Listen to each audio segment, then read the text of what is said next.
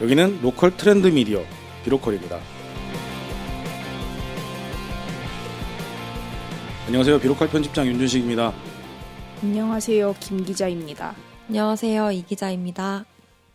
왜 이렇게 힘이 없어요? 이 꽃피는 3월에, 따뜻한 3월에. 꽃 구경을 보내주셔야 기운이 날 것 같아요. 그래서 제가 꽃 사다가 사무실에 꽂아놨잖아요. 안개꽃. 나가서 보고 싶습니다. 오늘 회의 안건이 뭔지 그냥 얘기하시면 될 것 같아요. 네, 오늘 회의 안건은 며칠 전 김 기자가 갔다 온 롯데백화점 CCOC입니다. 아, CCOC가 아니라 정확히 말하면 월간 CCOC에서 열렸던 제주상의 팝업 스토어 얘기하시는 것 같은데요. 네. 근데 원래 우리 도입 부분에서 이렇게 바로 본론으로 들어가는 게 아니라 뭔가 좀 너스레를 떨고 덕담도 나누고 그런 분위기인데 너무 본론으로 바로 들어간 것 같거든요. 빨리 집에 가고 싶습니다. 누군가의 대사가 나와야 될 것 같아요. 당근을 흔드는 방송 이게 나와야 될 것 같아요. 자, 그럼 CCOC 얘기 속히 진행해 보도록 하겠습니다. 어땠나요? 네. 롯데백화점은 아주 크다는 사실을 깨달았어요. 이런. 아니 이런 초딩 같은 발언은 또 뭡니까 또? 하하.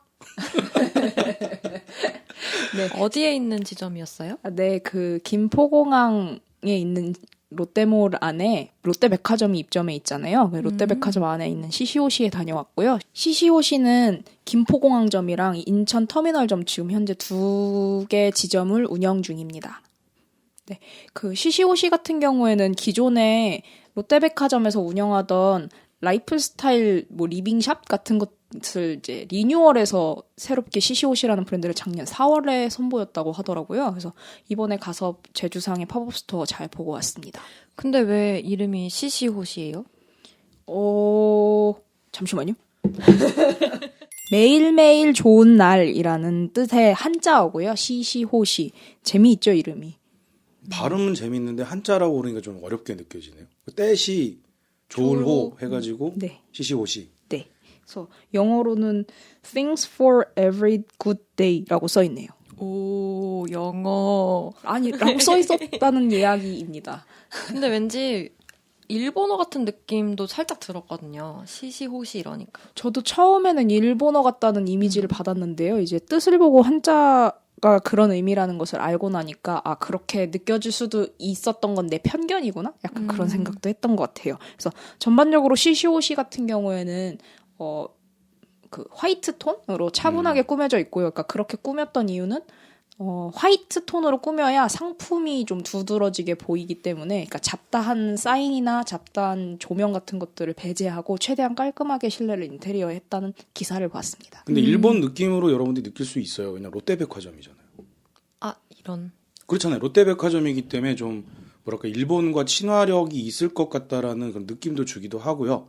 그리고 어떤 면에서는 우리나라의 라이프스타일 제품이나 이런 것들이 일본하고 좀 이렇게 트렌드가 근소한 차이로 우리가 따라가는 부분들이 있어서 그런 면에서 CCOC라고 했을 때 일본어 아니야? 뭐 이런 느낌이 들 수도 있죠. 그런 걸까요? 사실 저는 일본어를 제가 공부를 했잖아요. 호시가 별이라는 네. 일본어가 있어서 그렇게 더 느꼈다고 생각했거든요. 그냥 일본어에 있는 말이어서. 그럼 시시한 별? 아, 죄송합니다. 그래서 이번에 CCOC, 월간 CCOC는 제주에서 만들 엄쩌라고 해서 이제 그 젊은 세대를 겨냥한 이제 헤드로 제품을 큐레이션 했는데요. 이 제품의 큐레이션은 이제 제주상회에서 했다고 합니다. 그래서 2월 26일부터 3월 7일까지 운영이 되었고요. 뭐 큰 규모로 진행이 된 건 아니지만 제주상회에서 보여주고 싶었던 브랜드들을 나름의 가치를 담아서 큐레이션 했다는 것에 의미가 있는 것 같아요. 네, 저희 2020년 12월 로컬 리브랜딩 편에서 4편의 기사로 다루기도 했었는데요. 네. 자, 제주상회는 지난 2020년 말 중소벤처기업부에서 했던 로컬 크리에이터 행사에서도 최우수 로컬 크리에이터로 선정이 됐던 그런 로컬 크리에이터입니다. 제주상회는 이제 스스로 콘텐츠 큐레이션 기업이라고 정의를 내리고 있어요. 그래서 한 가지 일만 하는 게 아니라 되게 다양한 일을 하고 있거든요. 뭐 창작자들이랑 브랜드를 만들기도 하고 직접 굿즈를 만들기도 하고 뭐 지금 매거진도 개간지로 계속 나오고 있죠. 그리고 제주에 있는 콘텐츠들을 소개하는 일을 계속 하고 있습니다. 식재료 관련된 일도 많이 하고 있는데요. 제주에 있는 식재료랑 로컬 생산자를 소개하는 사계 미식회라는 프로그램을 운영하기도 했고, 그 제주의 식문화를 연구하는 인테이블 연구소를 새로 만들기도 했고요. 그리고 또 한번 말을 하긴 했지만, 그 로컬 푸드 정기 구독을 하는 계절 제주라는 정기 구독 서비스를 또 하고 있습니다. 특히 제주상해 같은 경우에는 제주 사계리에 있는 공간 사계 생활을 통해서 사실 제주상해 자체가 항상 팝업 스토어를 하고 있는 셈인 거거든요.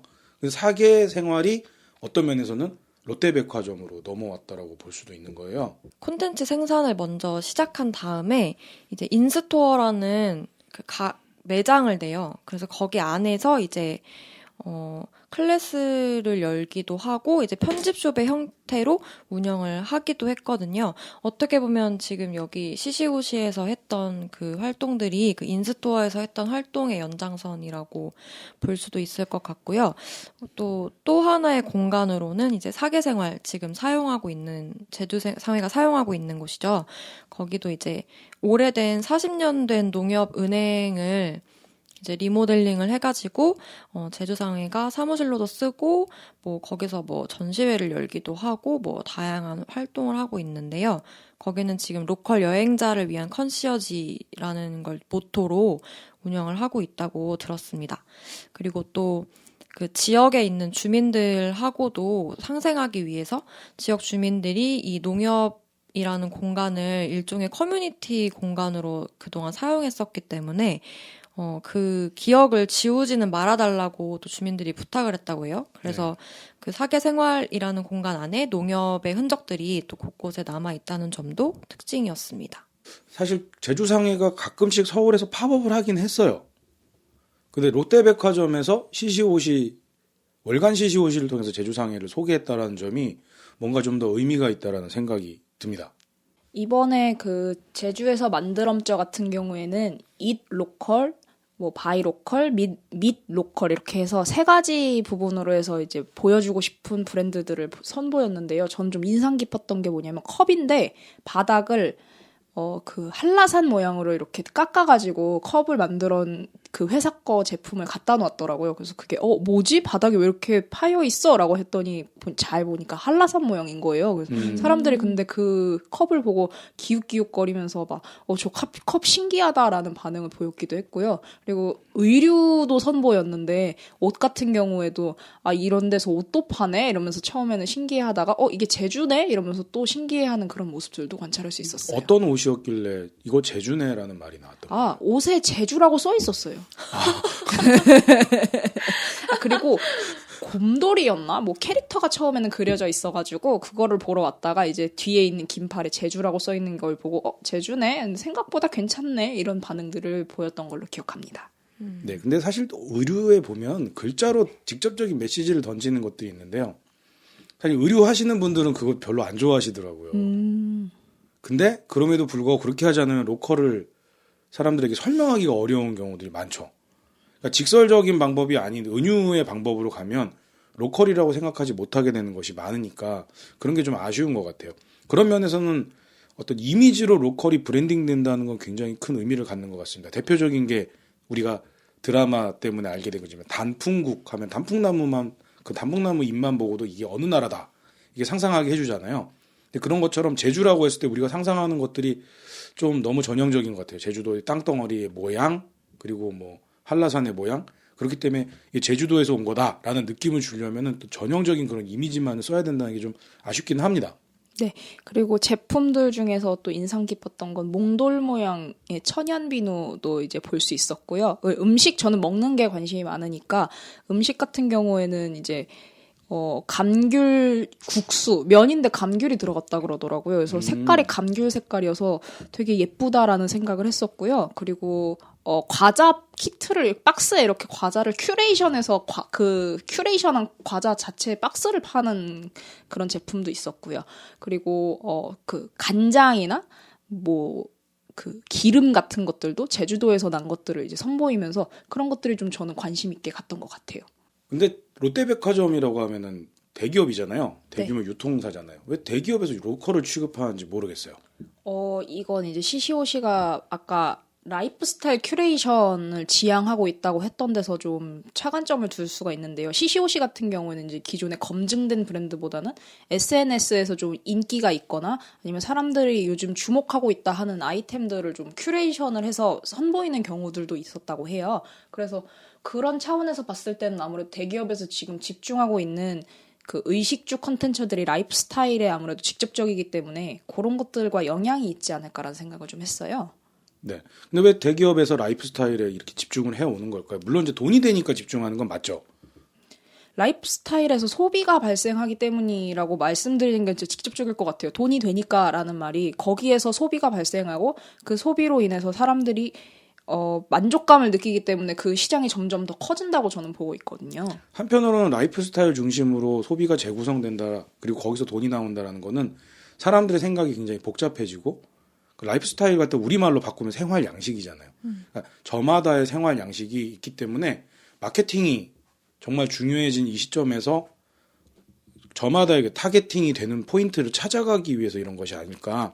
그러니까 CCOC와 같은 팝업 스토어에서 사람들이 무엇을 구매하나, 뭐에 관심을 가지는가를 실험을 해보고 그걸 바탕으로 더 큰 대중 소비를 이끌어낼 수 있는 그런 포인트를 찾아내고자 하는 것이 아닌가. 그러니까 소위 마케팅 얘기할 때 이런 거 STP 전략이라고 그러잖아요. 그런 얘기 들어보셨어요? 글쎄요. 그 세그멘테이션, 세분화하거든요. 그 다음에 이제 T가 이제 타겟팅 해서 보통 우리가 얘기할 때 타겟팅 얘기 많이 하잖아요. 그래서 우리의 표적 시장이 어디인지를 찾아내고 마지막으로 포지셔닝해서 내 위치를 내가 판매를 하거나 생산한 위치를 찾는 거거든요. 근데 대부분 우리가 이런 얘기를 들을 때 뭉뚱그려서 타겟팅이라는 얘기만 하기 때문에 헷갈리는 게 있는데 우리의 소비자는 누구인가? 이들은 얼마를 소비를 하고 뭘 사고자 하는가? 이런 것들을 판별해내는 거기 때문에 그 시장 세분화를 하는 차원에서 저런 형태의 팝업 스토어를 저런 큰 유통사가 진행을 하는 것이 아닌가? 뭐 이런 생각이 좀 들기도 합니다. CCOC는 팝업 스토어만 운영되는 게 아니라 이제 내부에 입점되어 있는 브랜드들도 만나볼 수 있었는데요. 좀 인상적이었던 건 부엉이 곡간이라고 하는 곳에서 만든 제품들을 판매를 한다거나 아니면 그 옆에 이성당 과자점이라 그래가지고 그 군산의 유명한 빵집인 이성당과 롯데백화점이 콜라보레이션을 해서 지점을 냈다는 것도 굉장히 의미가 있었다고 생각을 해요. 거기서 이성당 빵을 판 거예요? 네, 그 이성당 빵을 거기서 만들어서 판매를 하고 있어요. 그러니까 이성당 과자점이라 그래서 완전 이성당에서 파는 그런 빵을 파는 게 아니라 과자류를 파는 거죠. 아.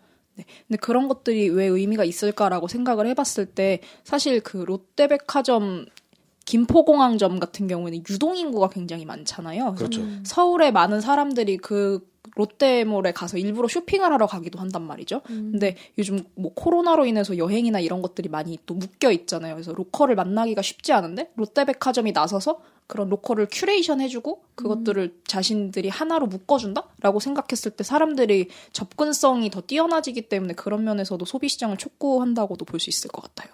네. 지금 이런 로컬이 소비되어지고 로컬이 소개되어지는 팝업 스토어 혹은 뭐 상설 매장으로서 우리가 접근해 나가고 있는 건데요. 로컬을 소비하는 그러니까 트렌드 세터 역할을 하는 계층은 역시 뭐니 해도 밀레니얼이거든요. 밀레니얼이 왜 로컬을 소비할까? 그리고 밀레니얼이 좋아하는 소비 패턴은 무엇일까? 이거랑 좀 관련이 있다는 생각이 듭니다. 네, 밀레니얼들 같은 경우는 이제 밀레니얼들의 소비 특징으로 가장 많이 꼽히는 게 가치 소비라는 얘기를 정말 많이 해요.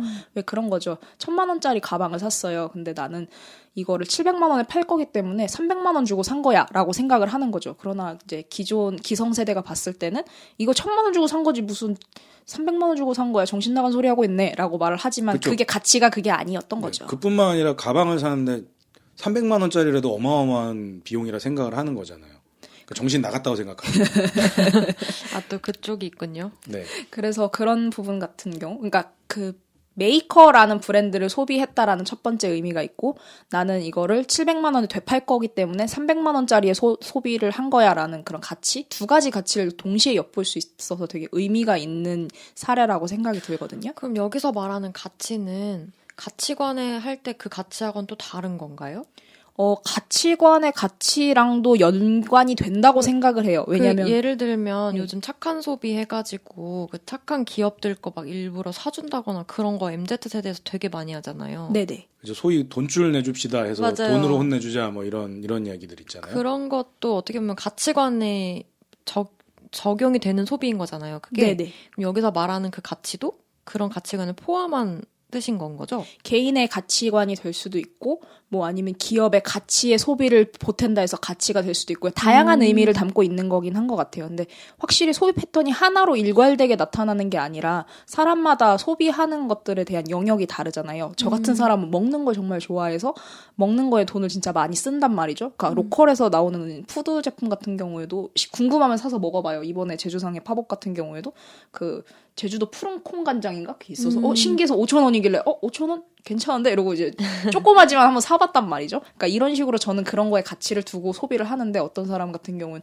그 조그만한 거 간장 뭐 100ml 정도 되는 것 같은데 그 조그만한 간장을 뭐 5,000원이나 주고 사. 정신 나간 소리 하고 있네. 이제 이렇게 생각하는 그렇죠. 마트 가서 보면은 이제 뭐 1.5리터짜리 이런 걸 살 수 네. 있는 그런 네네. 돈인데 맞아요.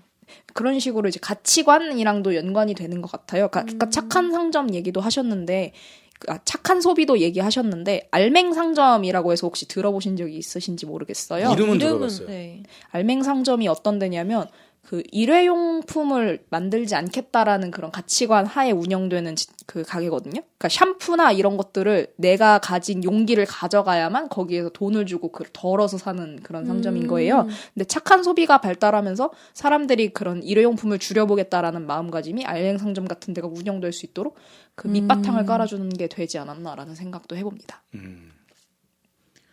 자, 그러면은 우리가 여기서 되짚어볼 필요가 있는 게 있어요. 밀레니얼 세대의 소비에 대해서 따져볼 필요가 있습니다. 많은 분들이 이제 텔레비전 드라마나 보고 실제 소비를 하는 그런 밀레니얼 세대, 청년층만 보니까 착각하고 있는 게 있는데 이 세대가 돈이 많지가 않은 세대예요. 그렇죠. 네, 이 밀레니얼 세대가 소득 100분위로 따졌을 때 몇 퍼센트대에 속하고 있느냐? 뭐 예를 들어서 뭐 부모님이 졸부라 가지고 뭐 돈을 펑펑 쓰는 그런 사람은 밀레니얼 세대 안에서 1%도 되지 않을 거다라는 거죠. 그리고 이제 뭐 연봉이나 고액 연봉을 받는 사람도 대기업에 있거나 아니면 프로그래머인데 굉장히 이제 고급 기술자거나 이런 사람들 외에는 우리가 생각할 때 좀 만족스러울 만한 연봉을 받지 못해요. 대부분 보면 연봉 3,000 이하, 2,400 이상 요 안에 섞여 있다라는 거죠. 그런데 이제 도시 생활을 하다 보면 주거 비용이 굉장히 많이 지불이 돼요. 그러다 보니 이 밀레니얼 세대가 특히 1인 가구로 사는 밀레니얼 세대의 경우에는 새로운 빈곤층을 구성하고 있기도 해요. 그래서 이들의 랭겔 지수가 굉장히 높습니다. 생활비에서 먹는 게 차지하는 비중이 높고 그래서 자기 용돈을 만들기 위해서 먹는 거를 제한하고 조절하는 밀레니얼 세대도 적지 않다라는 그런 슬픈 사실이라는 거죠. 근데 그런 밀레니얼 세대가 조금 전에 얘기했던 가치 소비를 한다라는 거예요. 이 점에 대해서 한번 우리가 생각해 볼 필요가 있다는 그런 생각이 듭니다. 네. 제가 너무 좀 이렇게 우울한 얘기를 했는데 밀레니얼 세대가 다 가난하다 뭐 이렇게 이제 뭐 이렇게 다 몰아가는 얘기는 아니고 밀레니얼 세대 소득이 그렇게 충분히 뭐 부유하지 않다. 뭐 충분히 돈을 펑펑 쓸 만큼 그렇게 돈을 많이 갖고 있는 세대가 아니다. 이런 얘기. 그리고 사실 나이로 생각하면 돈을 모아야 할 시기이기도 해요. 네. 왜냐면 뭐 결혼이라거나 아니면 혼자 살더라도 보통 자기의 공간을 이제 안정되게 구하려면은 지금 버는 돈들을 모아놔야지 그게 되는 시점이어서 소득의 기준도 있지만 그 라이프 스타일 그 뭐라고 하죠? 그 생애 주기? 네. 그 시점에서 봤을 때도 그런 지점이 있긴 한 것 같습니다.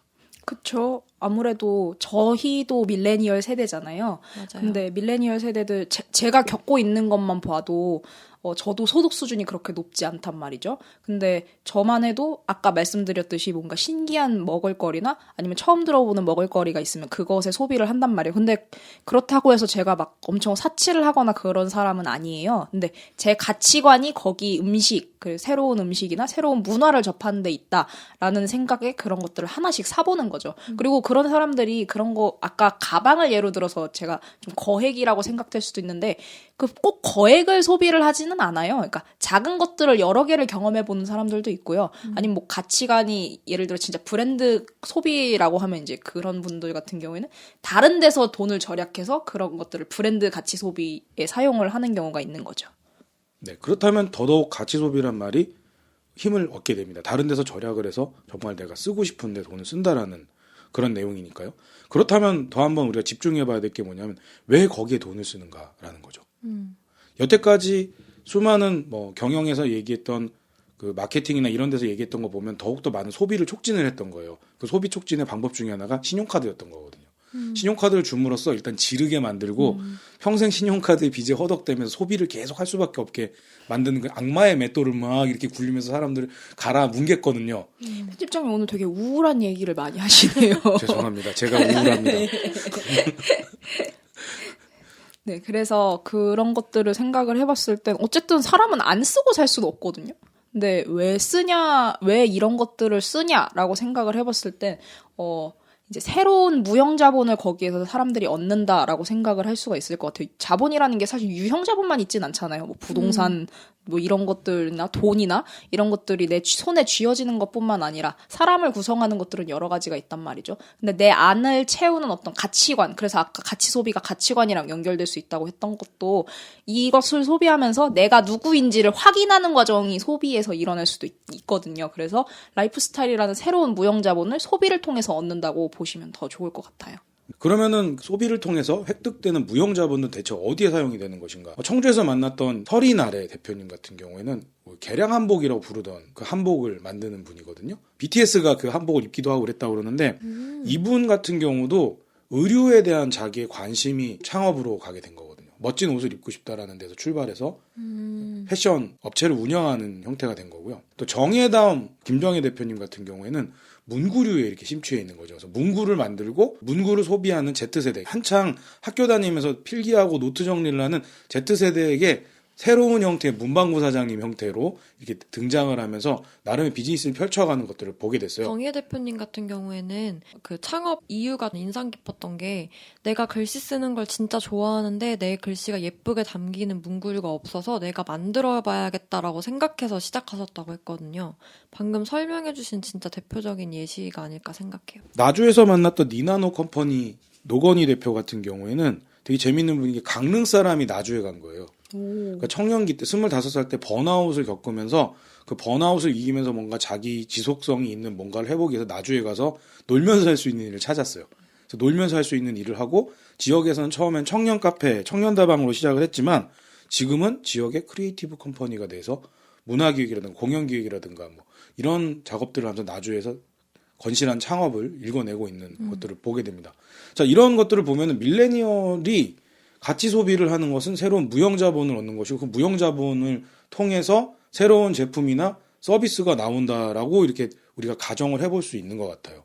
바꿔 말하면 라이프 스타일 상품의 소비는 이들이 무형 자본을 획득하기 위한 방법이고 기업으로 따지면 R&D, 리서치 앤드 디벨롭먼트, 그러니까 개발, 그러니까 제품을 개발하고 상품을 개발하는 그런 과정일 수도 있다. 이런 생각들을 좀 하게 되거든요. 로컬로 사람들이 가는 이유도 저는 좀 비슷하다고 생각해요. 물론 이렇게 SNS나 이런 것들을 통해서 얻는 것들도 있고 서울에서만 얻을 수 있는 것도 있지만 사실 서울에서만 얻을 수 있는 에너지는 한계가 있다고 생각하는 사람들이 있는 것 같아요. 아까 말씀하셨듯이 뭐 번아웃을 경험을 한다거나 그러면 이제 리프레시를 하기 위해서 사람들이 이렇게 쉽게 떠올릴 수 있는 것들을 생각하면 자연 그리고 쉼 이런 것들을 떠올리잖아요. 그래서 지방으로 내려가는 것 같아요. 근데 지방에 내려가서 보니 내가 이 지방과 함께 무언가를 만들어갈 수 있는 게 있겠다. 왜냐하면 내가 그동안 습득했던 컨텐츠들이 있으니까. 그래서 여기에 필요한 게 무엇일까를 고민하다가 지역에서 창업을 하는 경우들이 많은 것 같아요. 그래서 아까 말씀하셨듯이 라이프 스타일이 또 다른 창업으로 연결되고 저희가 뭐 맨날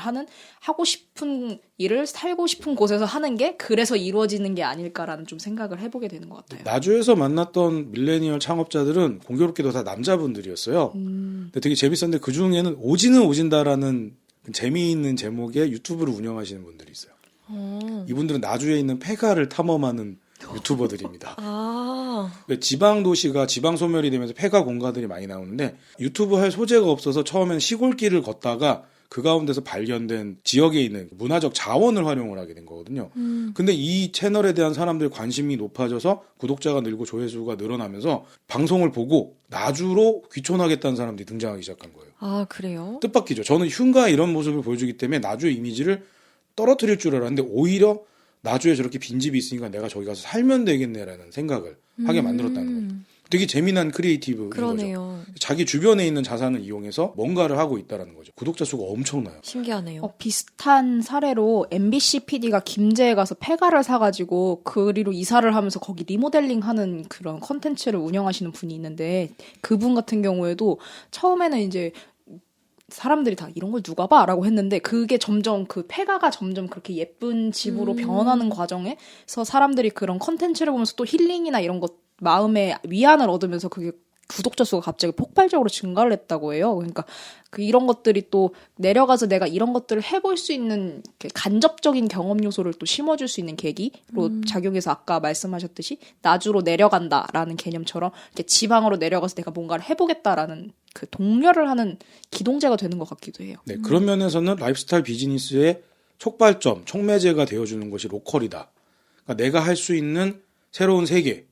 자, 그러면은 이게 밀레니얼 세대 입장에서는 익숙한 게 컴퓨터 게임을 어린 시절부터 즐겨왔잖아요. 그래서 컴퓨터 게임을 통해서 새로운 세계를 열고 뭐 어떤 분이 이러더라고요. 던전 하나 발견한 거지 뭐 이렇게 얘기를 하셔서 그러니까 자기가 일시적으로 청년기 때 로컬에 가서 창업을 해보는 게 던전을 발견해서 던전에서 보물을 캐는 그런 과정일 수도 있는 거죠. 그래서 던전에 들어가는 또 다른 나의 페르소나, 나의 캐릭터가 게임을 즐기는, 자유도가 높은 게임을 즐기는 하나의 형태가 될 수도 있겠다. 이런 생각이 들기도 했습니다. 그래서 이런 컨텐츠를 기반으로 크리에이티브한 비즈니스를 하시는 분들은 자기의 무형자산이 되는 것들이 바로 컨텐츠이기 때문에 컨텐츠를 계속 소비하는 행위가 R&D의 과정이 되어지는 게 아닌가 이런 추측을 해보기도 했어요. 2021 트렌드 코리아에 네. 보면 레이블링 게임이라는 단어가 나와요. 근데 그러니까 사람이 자신을 라벨링을 하는 거죠. 그러니까 내가 뭔가 어떤 사람인지를 모르니까 규정을 하기 위해서 외부에 있는 요인들을 다 가지고 온단 말이에요. 그래서 멀티 페르소나도 사실 저는 라벨링 게임의 일환으로 본다고 생각을 해요. 그러니까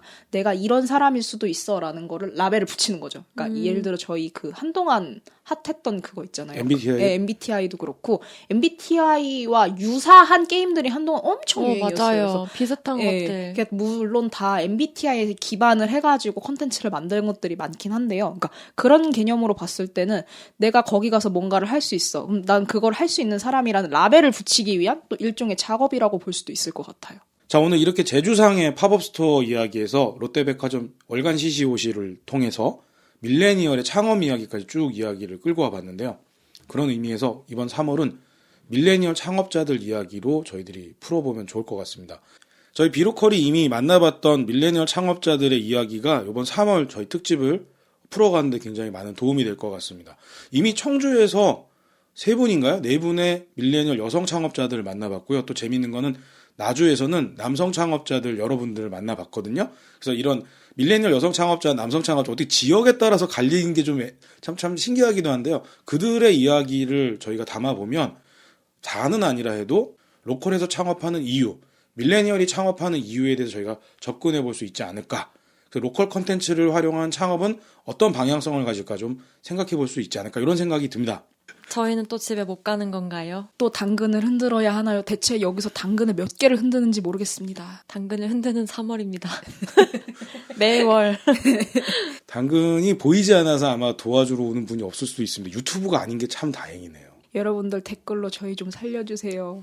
댓글로 일 좀 그만 시키란 댓글 좀 달아주세요. 당근을 오늘도 열심히 흔들겠습니다. 자, 그렇게 당근을 흔들며 3월달 비로컬 특집도 출발해 보겠습니다. 저희 특집 시작하기 전 그리고 특집 끝나고 나서 마무리하는 의미로 이렇게 편집자들끼리 에디토크를 팟캐스트를 통해서 들려드리고 있는데요. 여러분들 좋은 반응 있었으면 좋겠고요.